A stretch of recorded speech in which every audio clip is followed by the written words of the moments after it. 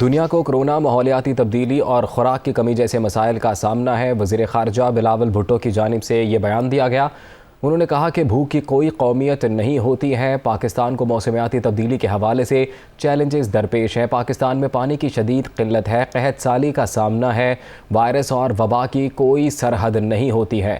وزیر خارجہ بلاول بھٹو نے اقوام متحدہ کی فوڈ سیکیورٹی کانفرنس سے خطاب کیا اور یہ ان کی جانب سے کہا گیا کہ دنیا کو کورونا، ماحولیاتی تبدیلی اور خوراک کی کمی جیسے مسائل کا سامنا ہے۔ بھوک کی کوئی قومیت نہیں ہوتی ہے۔ وزیر خارجہ نے کہا کہ پاکستان کو موسمیاتی تبدیلی کے حوالے سے چیلنجز درپیش ہیں۔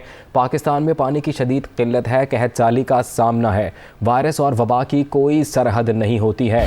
وزیر خارجہ بلاول بھٹو جو کہ اقوام متحدہ کی فوڈ سیکیورٹی کانفرنس سے خطاب کر رہے تھے، ان کی جانب سے یہ گفتگو کی گئی۔ اپنے خطاب میں بلاول بھٹو نے کہا کہ دنیا کو کورونا، ماحولیاتی تبدیلی اور خوراک کی کمی جیسے مسائل کا سامنا ہے۔